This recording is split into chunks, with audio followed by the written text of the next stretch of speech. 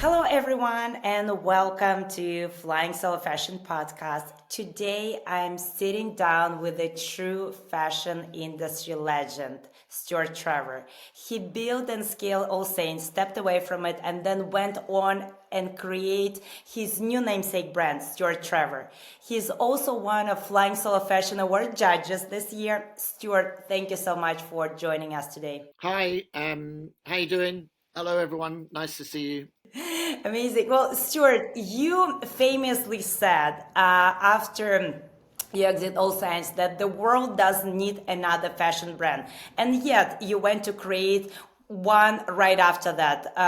What's changed in you? Well, actually, I started All Saints in 1994. I sold it in 2007. So it's quite a long time ago. I started the new one in Stuart Trevor in 2023. And it was because I about 5 years ago, so around 2019, I started mentoring young brands that have a positive social and environmental impact, including a bakery that employ victims of domestic abuse, coffee roasters that employ ex-offenders, give them teach them how to become a barista, then they can get a job anywhere in the world. They don't go back to prison. There was a beauty company that had a woman on the ground in Africa, paying them 4 times the going rate so that they could, afford to bring up their children safely. And there was a couple of fashion brands. One of them is a denim company that didn't produce any denim. They took vintage denim and they embellished it and made it really cool. And there was another brand that encouraged women to empty out their wardrobes. They would model it on each other and and sell it. And you could sign up as a partner to it, and you could clear out your wardrobe. And when they sold it, you would receive 50, 60, 70% of the value of what they sold the goods for, and you could use that to buy from other people. So the circular economy. And when I was working with a jeans brand, I learned all these really interesting facts about the fashion business, and how it's changed in the last 10, 20 years, with the rise of fast fashion and super brands, even luxury brands that, used to be that the luxury brands would produce small runs of limited edition, beautiful quality, made in Italy, and now they just produce everything in the same factories in China as the fast fashion brands, and they produce thousands, hundreds of thousands of garments, and it's no longer a luxury item that people would save up for. It's now, they're billion-dollar businesses chasing trillion-dollar status, and there's now loads of facts out, like, apparently there's 150 billion garments a year in production. That's like 40, 50 for every single human being on the planet, which is obviously a joke because there are people in this planet that can't even afford to feed their children or whatever. And there's tons and tons of clothes that are, people are being brainwashed into buying things that they don't need. So, we're constantly looking at our phones, on social media. It used to be that an advert would pop up every now and again. It's every second post. And it's for things that, we didn't know we needed and we don't need. And people just, have been carried away, and we're all guilty of it. You look at it, say, oh wow, yeah, oh, next minute you bought it, it turns up, you're like, where am I going to put it? I don't have any room in my wardrobe or in my cupboards. And people do that, especially with fast fashion. They do it and they don't love it. They just think, oh well, it's just cheap, it doesn't matter, I'll just bin it. And it ends up going to charity shops, and the charity shops can't deal with it. There's something, I mean, I've been working with Cancer Research, Salvation Army. They have 90 tons of clothing a week to deal with. They don't know what to do with it. And I've been to Ghana and I've seen mountains of clothing, and I've seen container ships coming in with 1,000 containers, each of them full of 30 tons of clothing, and they don't know what to do with it. And it is horrendous. So I took these young startup brands that I was mentoring, to investors, and they all said to me things like, I was trying to raise money for them. And these investors were like, yeah, yeah, yeah, they're great. But you know what? I used to love All Saints. It's a bit mass market now. Why don't you do another clothing brand? And I was like, the last thing the world needs is another clothing brand. And I also thought, God, if I was to announce I'm doing another clothing brand, it's just feeding into this horrendous situation where there's far too much clothing in the world. And one of them, well, a couple of them said to me, but I love what you're wearing. And I was wearing vintage pieces that I've patched up or customized, and they're like, well, why don't you do that? And I went away and I thought about what about a clothing brand that doesn't produce any clothing? What if we take existing clothes and we relabel them and repair them and we offer them to people and we encourage people? So we do workshops where we encourage kids to bring their old denim in, or their mum's jeans or their dad's jeans or denim jackets or whatever, and we teach them how to sew, to how to add patches. We made patches like, these out of old, this is like dead stock bits of denim. So we hand print these in England. We have a range of little patches, and we encourage people that, you get a denim jacket, it's got a hole in it, then, patch it up with this and repair it and wear things add things to and recycle things and do. So it's not all about, it wasn't meant to be a clothing brand as such in the beginning. It was more of a sort of movement, a community where we were inviting people to come to us, and we would work on revitalizing their clothes. Or when I launched it, I just put it out on social media on a Friday night, and by Sunday evening we'd had 1,000 people commenting and liking it. I absolutely love this. This is the coolest thing I've ever heard. Can I come to the launch party? We did the launch and 750 people turned up. There was a queue down the road. We had a one in, one out procedure. There was 100 people in the building at any one point. I was kind of like a little bit blown away. And we realized then everyone was loving it. Everything. I just hung things up on hooks, a bit like, garments like this. And people were coming in going, I've never seen anything like this in my life. This is a 1920s King's Troops trumpeter jacket. This is actually a Savile Row tailored in 1920 for someone for like the Queen's coronation or something like that. And this would be like the Royal Horse Guards Parade. So outside Buckingham Palace. Well, I got hold of about 50 of these. We've now sold them, but they were sitting in a warehouse in the middle of nowhere, and they would have probably ended up in landfill. So the idea is just creating a whole brand reusing other people's waste. Well, that's incredible, and I think the most incredible part is how you were thinking while creating a brand that you didn't even realize that it will be a brand yet. That you actually lived through the whole like industry transformation, and then realized what's truly needed. So you carry a lot of wisdom. I mean, a lot of people had asked me about doing another brand, but I honestly thought, I love, obviously I'm a fashion designer. All I ever wanted to do was work with the best fabric mills in the world and the best manufacturers in the world, but there's no need for that anymore. There are fabulous designers out there doing a great job, but there's also there's a huge issue in the world with the fashion industry. And I thought if I could do something more positive that kind of proves that we don't need to produce more.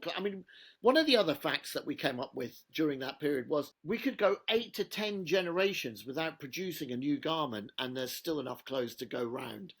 There were some other statistics that came up. Every 7 seconds, there's a pile of clothes the height of Mount Everest. If you folded them up and, a pile of clothes the height of Mount Everest going into landfill every 7 seconds. That was 3 years ago. It's probably every 3 seconds now. The situation's got worse.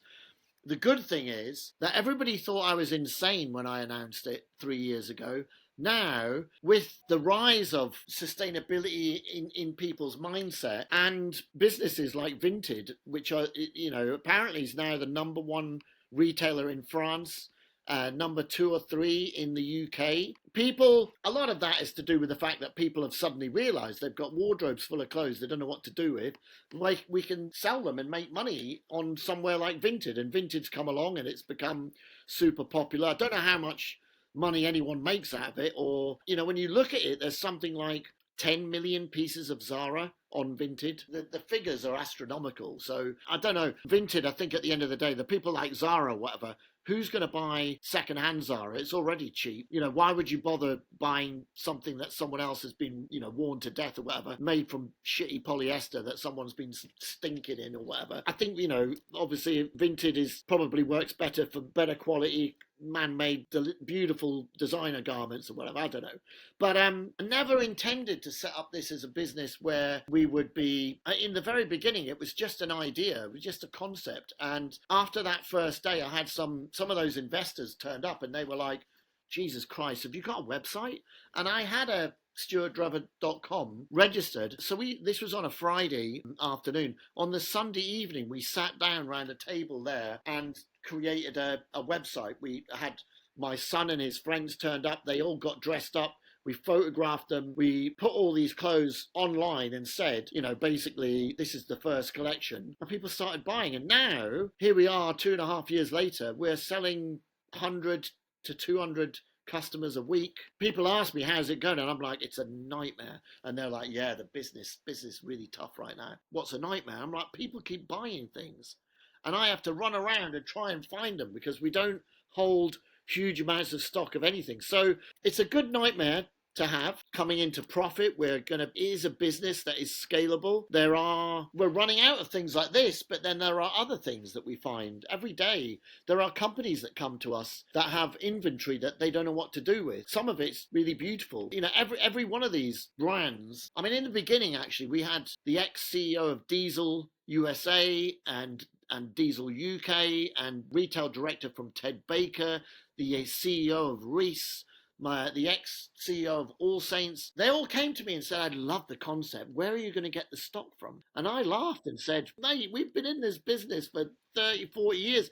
The last thing I have to worry about is where I'm going to get the stock from. There are warehouses in, all over the world. All of these brands have got millions of garments. I had talks with Patagonia, North Face, Canada Goose. They've all got 30, 40, 50,000 garments, returns that have come in from someone that has got and big designers like Tom Ford, and it's got a tiny little hole in it there.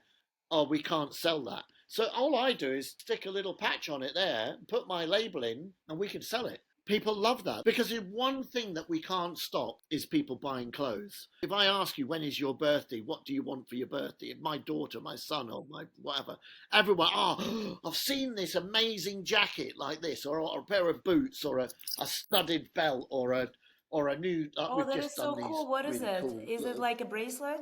It's a studded cuff. This is one studded with heroes like David Bowie's. Heroes. Mm-hmm. That's another one that I've just done.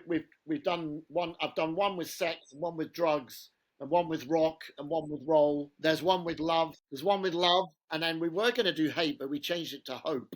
So a bit like the tattoos, love and hope. So we're gonna, so we're just developing different things and putting it out there, and people loving it. But it was never meant to be another business. And every single thing that we do, like these, are made from dead stock leather in England in a factory in London. Everything I do is made within a 5-mile radius of our studio. We don't import anything. We don't buy fabric from fabric mills. We don't travel the world working with trying to get things cheaply made or whatever. We just generally 90% of it is garments that have been sitting in warehouses for 20, 30 years.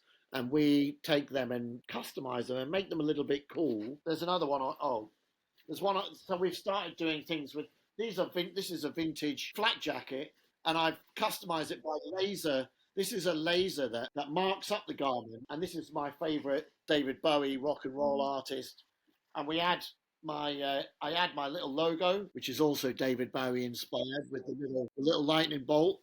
And I have a little patch here where I sign it and I date it, and if you're the model, your name goes there, and it's a lot number. So this is like a one-off, So this will be one of one. So it's like creating a walking work of art. We never really intended in the beginning to sell multiples of anything, but the problem is that we're not. And the good thing about it is there's no guilt because every garment already existed. It's not like, there's nothing wrong with treating yourself. If you work really hard and your birthday's coming up, and why shouldn't you go to a really lovely restaurant? Why shouldn't you buy a really beautiful jacket or silk dress? Or why shouldn't you fly off to the Bahamas for a holiday or whatever? It's not Greta Thunberg here. We're not all, nip, nip, nip.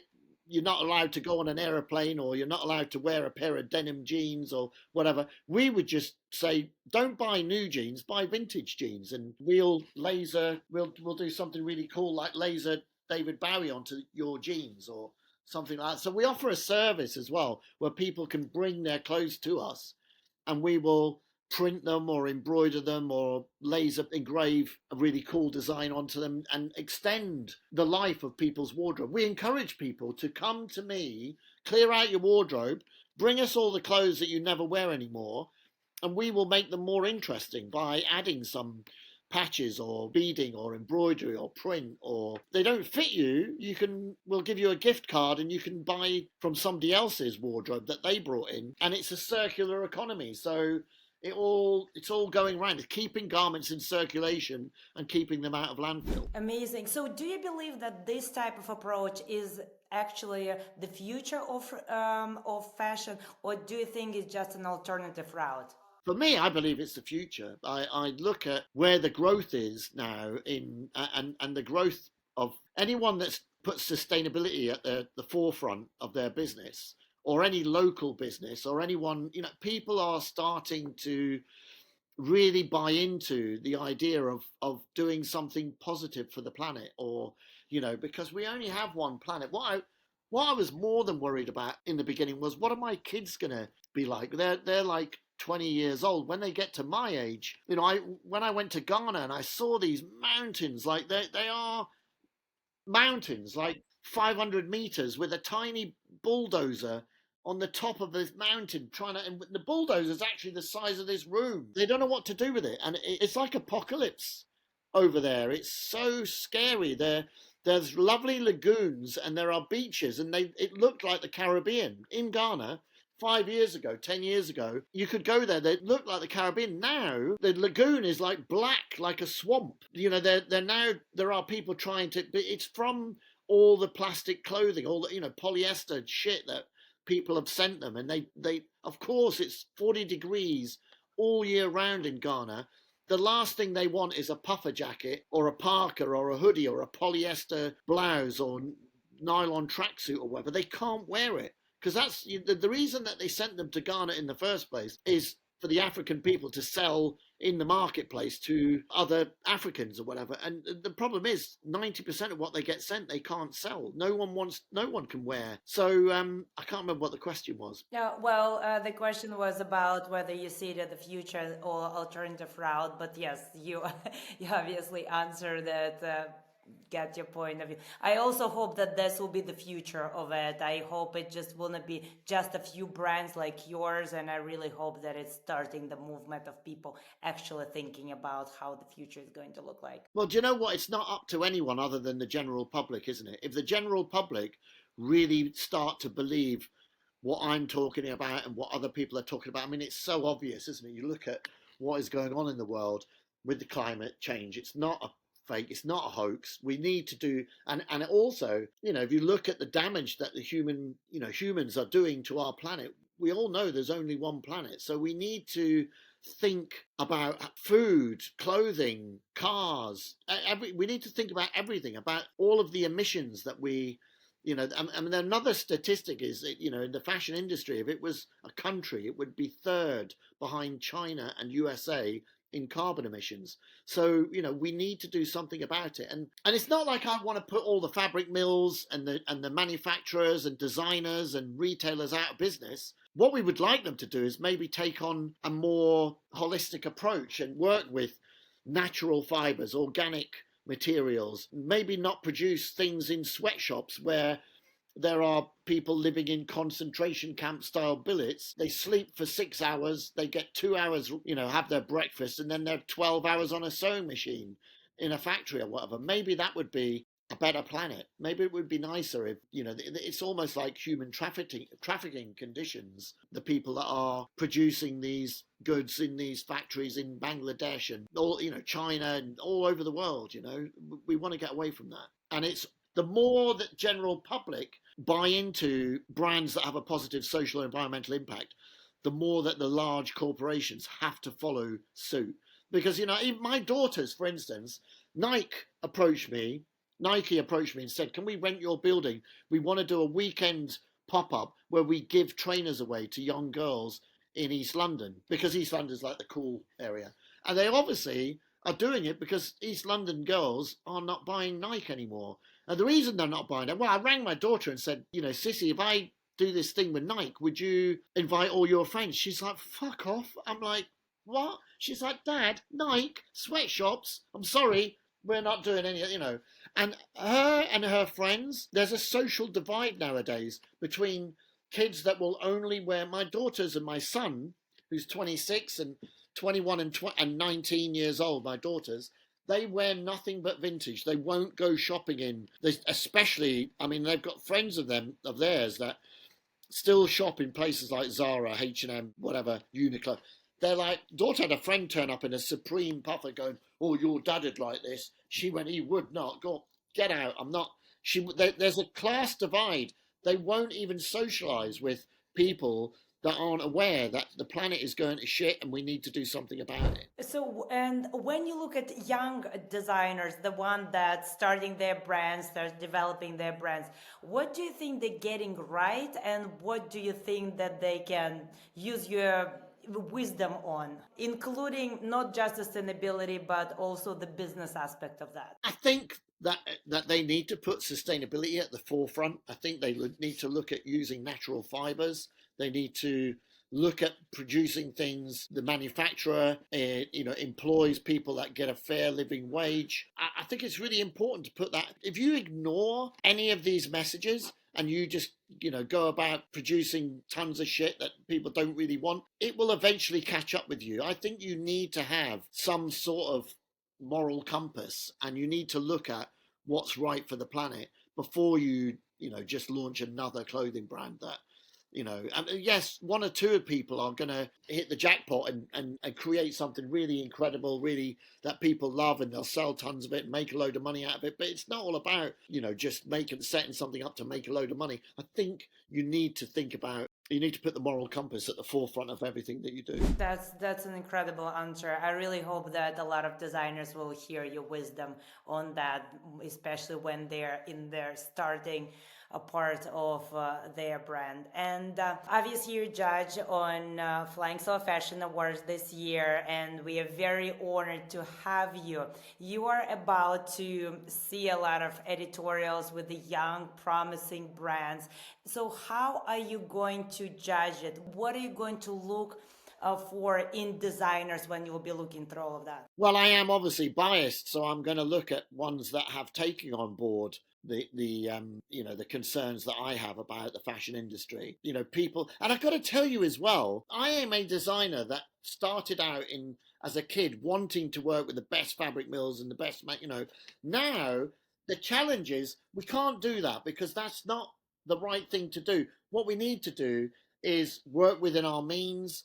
And, right now, the greatest designers of all everyone looks to vintage anyway for inspiration. And maybe what we should all do is look to, creating something really cool out of things that already exist. There's been a lot of flack in the last week or two about John Galliano leaving Margiela and then going to Zara to create a collection out of Zara's waste. For me, I actually know the guy that works with John at Margiela, and they took a lot of vintage pieces like this and they reworked them and created something magical out of some old vintage pieces. They were the most amazing part of the Margiela John Galliano collection. So now John is going to do it at Zara using up their own all their waste. I mean, there are going to be queues around the block when it comes out because he's actually addressing the current issue. John Galliano, one of the greatest designers of our time, either you love him or you hate him, maybe he's a bit over the top or whatever like that, but some of the things that he did for Margiela, you know, Margiela started with vintage, upcycling it, painting. They'd get black denim and paint like a sort of lacquer finish on it, and it made them look like leather. Or they painted everything white, and when you wear it, the white paint cracks. I mean, it was really innovative. This was 30 years ago. Margiela started doing that, painting vintage denim white, and Helmut Lang copied it, and all these other. So if you're using innovative ways of producing collections, I think any designer that does that is going to get a thumbs up from me. Oh, amazing. It's fun that you're mentioning this very controversial topic about Galliano going to Zara. And I'm so happy that you are all for it, because a lot of people are very much against it. But there is a lot of sense in how he is looking to approach the whole situation. He's a really clever guy. And, you know, listen, people asked me the minute that it all came out, people were on the phone to me going, what would you do? What would you do? Work with the devil? Would you work with the devil? I'm like, do you know what? If they approached me and told me that they have 1 million garments in their warehouse, and rather than sending them to landfill or whatever, that they wanted me to come and rework them and create something beautiful out of them, I mean, that's what John's going to do. He's going to create something amazing out of Zara's leftover pieces that people didn't want. And where's the negative in that? Completely agree with all of that, because it's already exists in the world. So we are here to make the world a better place, and we have to work with what's already exists. We cannot just simply ignore it and pretend that it was never there. Yeah, I think so. Yeah.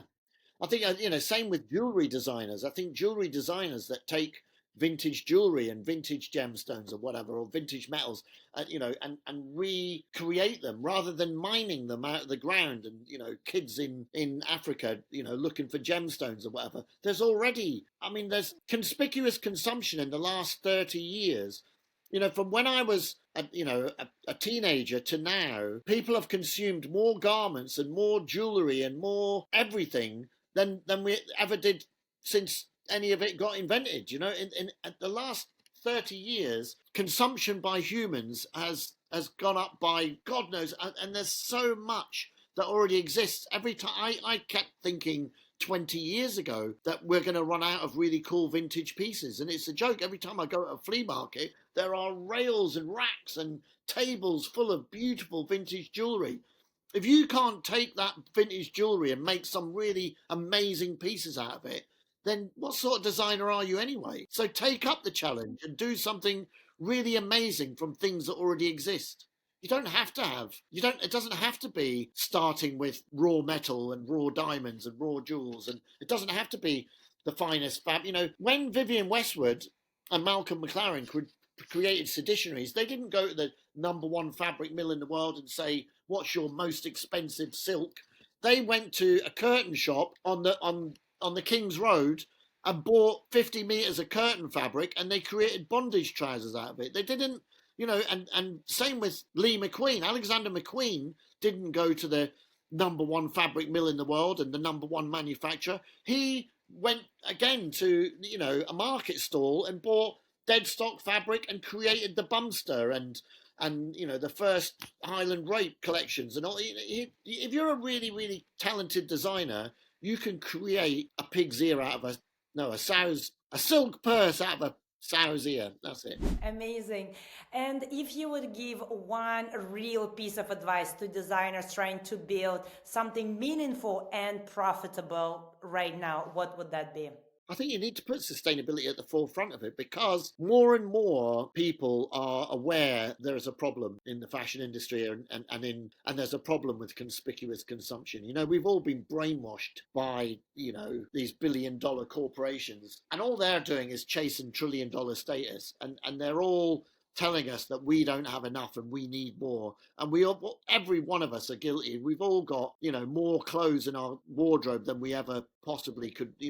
We could go the next 7-8 generations without buying new clothes. And a lot of people more and more people are doing that, aren't they? They're doing this 1 year challenge where I don't buy anything new. But that's brilliant. I mean, to me, that's brilliant. I think that any young business, if they don't put sustainability at the forefront of what they're doing, I think it's the most important thing of all. Stuart, thank you so much for being here and sharing your wisdom and knowledge with young designers who are listening right now. Thank you, and we are very much looking forward to seeing you at the Flying Solo Fashion Awards. Fantastic. Can't wait. I'll be over. Bye.